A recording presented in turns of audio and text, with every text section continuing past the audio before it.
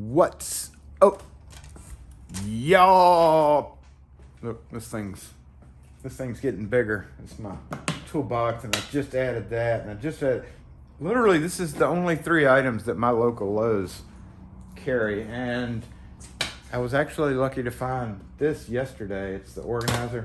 Thank you, Caveman Sparky, also, by the way, for sending me the video of his setup, which he's got a nice setup of DeWalt version, which is apparently the same thing. But the only reason I'm getting this is because you can order little mini cups for those to split them up. So I'm definitely going to be doing that, even though that's going to make that organizer extremely expensive. But, you know, you do what you got to do. But anyway, this video is not about that. And like I said, we're probably not going to do videos about it other than show it off in other videos like we're doing right here. This video is about the 50 series LSDA lever handle in, I guess, what I think you call that the classic lever design. And I've never done a video on these, so I want to talk about them because they're actually a little bit unique in the lever world and how they function. So let's take a look at it. So the 50 series, just to be technical about everything, I call it the classic. I call it the classic lever shape. Actually, they call it the Lyon. And they also show a contemporary LaSalle, Lucerne, Lake Huron. Just assume, okay, just having to deal with Acme, assume that the line, which is the classic lever shape, is what you're going to be able to find in stock. Comes in 15 finished, bright brass, 11 dark bronze, and does it have an antique? Does not have an antique brass. So just those 3 colors comes in each one of the 3 keyways: WR5, KW1, KW1, SC1. Probably one of those was supposed to be SC1. I'm not fond of how this is set up, but if you are refitting a house, unless there's a different brand that you have there in that same shape, some people may want to add passage or privacy to them. So you do have to be careful that whatever you're able to get here is available here. So if you order a Lake Huron, I don't know how you pronounce that really, but you're not going to get a passage. You may get a privacy, but not in the right color. So beware of that. But most of the time as locksmiths, we're dealing with exterior doors. So it's always going to be almost always a key lock, or worst case scenario, a passage. I will note, before we get started with this, I put a bunch, being like 50 of these on an office one time, all keyed up with master key and all that. And we had very, very, very few problems with them. I think one of them started glitching a little bit, but it cleared up. It cleared itself up. Same exact ones, except that this was like 10 years ago. And I just started recently ordering these. I just put 2 of these on for a customer on her 2 doors on the outside of the house. And we got a call back a month and a half later saying this push button was hard to go in. Now, when I put it in, it was a little stiff to me, but I told her it would probably work itself out. Never did, so I had to go recall it with a new one. So this one actually just came off and has only been used for about a month and a half. So this is a tubular lever handle, and I mentioned that it was a little bit different than other ones that they come in a blister pipe. It's not my favorite, but it is what it is. And it's the most lever handles for residential use that you are going to get is going to be Kwikset or Schlage. They both have turns on the inside, and this has a push button.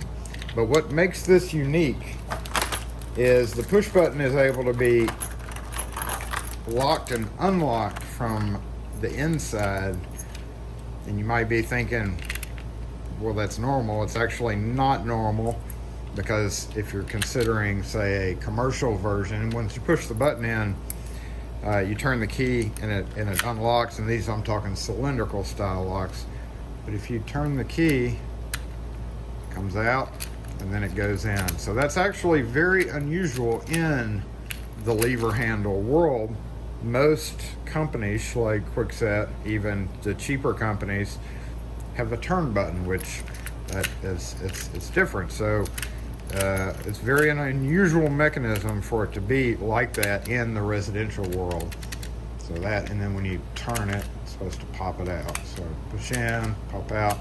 And here in my hand, it's working fine, but when I mounted it on the door, it was real tough, like right there, it was real gritty and it wouldn't stay in. And we're gonna take a look at the inside of that to see how this works, and we're gonna actually go put it on the door.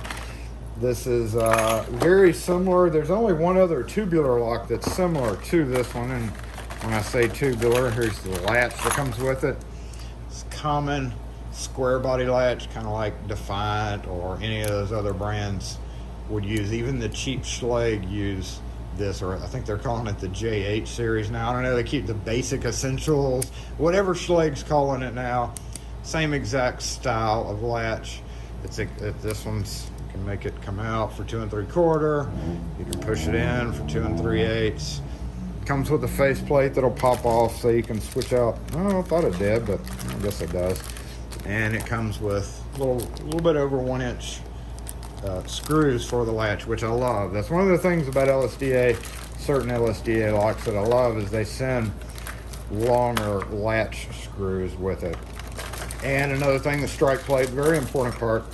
There are some strike plates, let me show you an example. Well, actually, let's see in here. I think it's probably going to be the same style of strike. Yep, same style out of this. And I'm bringing this up because a lot of companies send out strike plates that look like this, and you can see the obvious difference in it. Now, some people don't have shifting foundations here in the South. We do. True, having a bigger opening is going to be more likely that it's going to actually fall in, you know, like that and not be secure, but that's ideally how a dead latch works. It comes in and pushes down. That never works out, especially on doors with rubber weather stripping. But I throw most of these away because even though it's a very minor difference, you know, you can see how much bigger it is. Even though that minor difference could cause some problems with door alignment issues, especially here in the South. Now, I bring up this OOG. So this is called the OOG. I think we may have even done a video on it. It's literally the only other tubular lock besides the Quickset clone that LSDA has. And we can see it is a very similar latch, like very similar, but not quite. So it's actually 2 different latches. Now, I do love the fact, I've had issues with this on tight holes. Sometimes you have to re-drill your hole.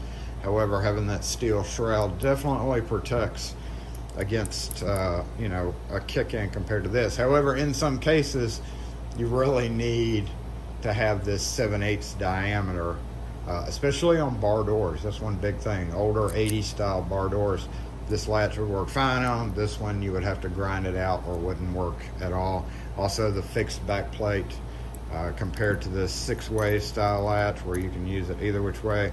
I've really gotten away from this. I'm not happy using these style anymore. I would prefer just to go with this because we sell at retail level, and DIY customers have more trouble getting that on compared to that.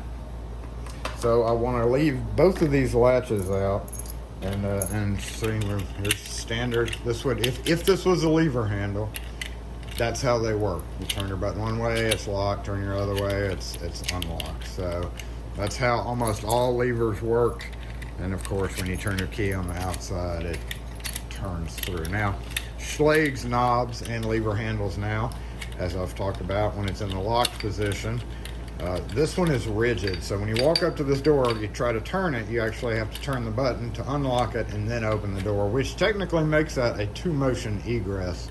However, this is grade 3, used on houses, so that may not be as big a deal in most areas. Some areas it may be a big deal, but it's not really. So Schlage came up with a novel idea.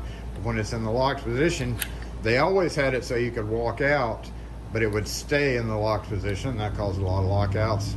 Several years ago, they changed it so when you turn that, it made it flip to the unlocked position. The only bad thing about the OOG, this is a great lock if you have similar cone-shaped hardware, and if you only need it in brass, because it only comes in brass, readily available anyway. So, and Wiser keyway. So this is it for the OOG. And I think you may be able to get passage, but let's take a look at this lever handle. It's not about the OOG, it's about the lever handle. Comes out of the box just like that, separate. You do have to poke it, and I don't know, did they send a poker? They did send a poker. Here is the comment. Starting to see this question a lot more on Reddit. I found this key hidden on the door jamb, and people, you know, actual Reddit locksmiths are like, oh, that's a privacy key. No, it's not. It's just, that's it. Once you're done with it, throw it away. It's not a key. So we push it, get it out, and we immediately see this scary looking. When I first saw these and I first ordered them and I put them in, I was like, what in the ass is that? LSDA. And the LSDA was like, well, that's our version of a return spring to assist the knob, but like, it's really, there's not a whole lot of spring to that. Very, very light.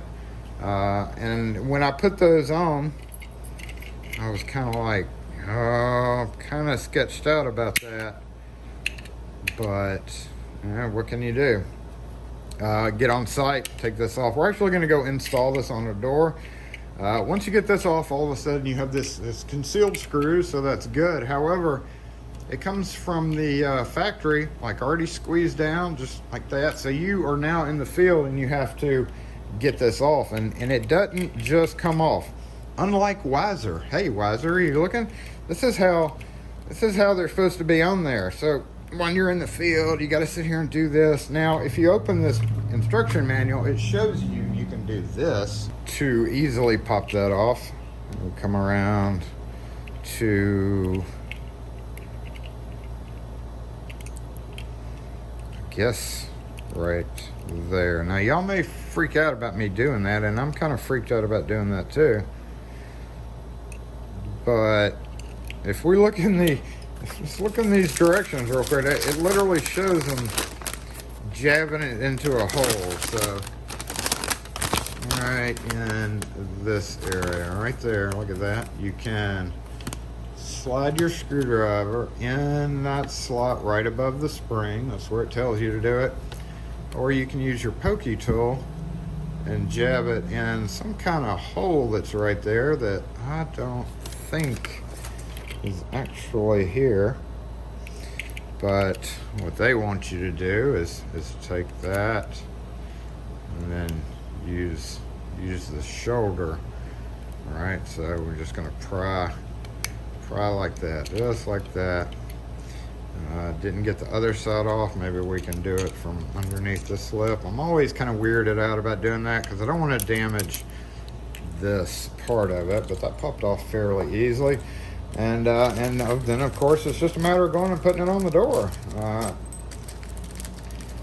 There is a little bit of a trick to it. Of course, there's always a little bit of a trick to it, but let's go over to the mount. Oh, one thing before we go.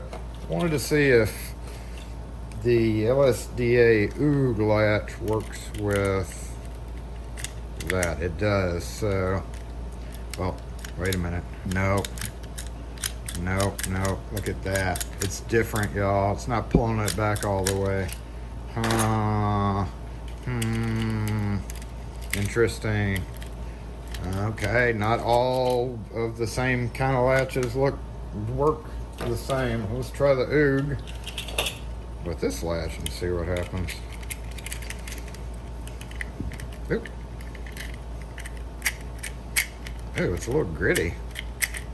Okay, now wait a minute. We need to try, just for the basis of this test, we need to try this in the OOG to make sure it works right. It may just be a broken latch. It's not. So, not all latches are created equal, y'all. Let's go put this on the door. I'm going to show you a trick to doing it, and then we will move on with our day.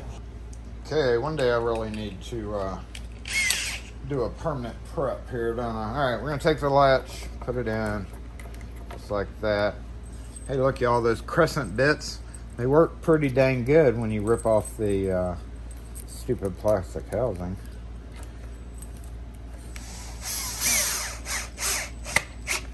We're going to get this guy screwed in and mounted. I'm going to show you one trick to it, because you do have to be... ooh, that's too much.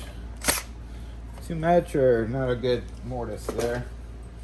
All right, so we're gonna grab our outside, and I'm actually gonna put it in upside down just to purposely show you how to hand it, which is the same way you would do with any other newer style handle for the most part. Now, if you look down in there, you see a plastic white slit. On the inside, that has to go into this. So basically you need that, that slit needs to be vertical if this is a vertical. They always say recommend locking it, putting it in the unlocked or the locked position, which makes this horizontal, and pushing this in, which would also make that interior horizontal. One thing you do need to make sure the retainer goes on the outside. You see the little retainer there, so we're going to slip it on, and it should freely slip on just like that. Now, I would recommend before you do anything else, go ahead and try it. Out, in, yep, out, and out. Okay, so that was the problem with this one. Make sure our screw holes there are at the 3 o'clock, 9 o'clock position. We'll go ahead and just zip it in. Normally I use a hand screwdriver for this, but since I got the drill right here ready to go. Ooh. I'm gonna use that. All right, before we put the cap on, because that's the kicker, we are gonna once again test it a couple of times to make sure everything is working.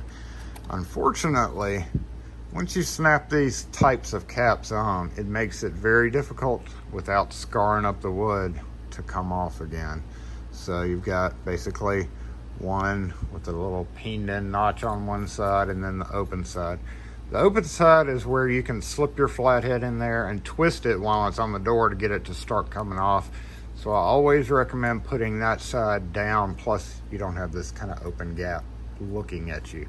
So we're going to take it closed in with the indent, slip it on just like that, and we'll twist this around so you can see what I'm talking about right there, and then just push it on.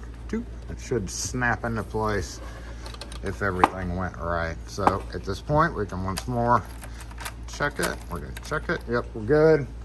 And we're going to put the lever handle on. However, that lever handle style is not correct. All of those are supposed to swoop up. So we want to change the handles around. And it's pretty easy to do. Take it off the door. This becomes your outer handle. Turn this around, make sure it's in the unlocked position. It is.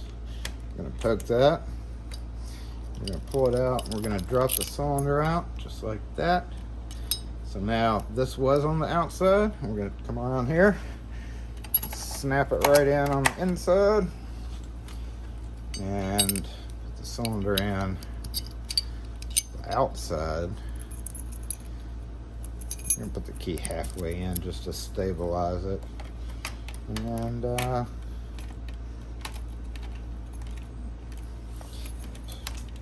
some point it'll push in.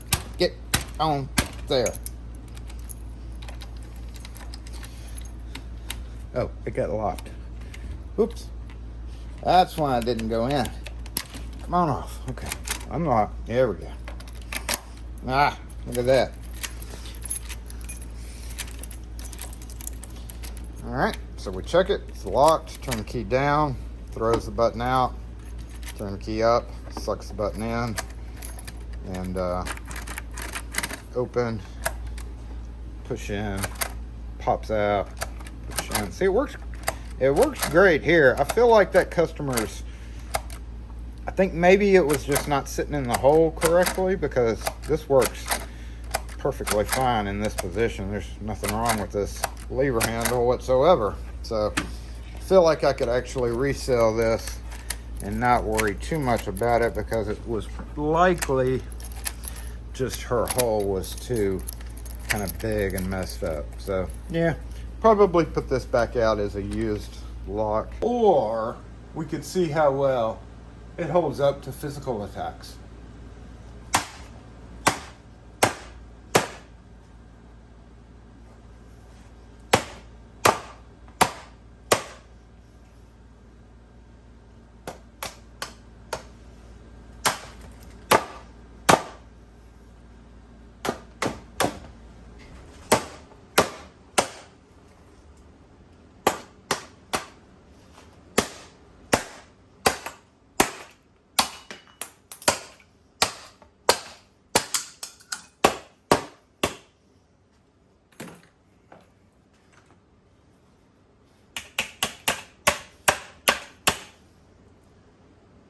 Okay, well, that answered the question, because now at this point we can just do that and get right in. So what broke on that? The outside, the outside post broke off there, and I'm pretty impressed that it didn't. I don't think it opened. I'm going to review the GoPro footage, but I expected after the first blow that it would break break this part and just cause it to open. So we physically had to get it off the door. So there you go, y'all. Hey, made it. So that would conclude our look at the 50 series lever handle. Hey, Kim. Hi. And we see how well it held up. Anyway, if you're interested in that, contact your closest ID in Acme, or ID in whatever, if you're interested in the 50 series. Obviously, just a grade 3 lever handle with a unique little feature. It's up to you. I wouldn't say one way or another. It is a very affordable option. I will put it that way. It is one of the most affordable lever handles out there. But that's your decision to make. Thanks for watching, y'all. Let go. No! Stop it! Okay. Y'all have a great one. We'll catch you next video.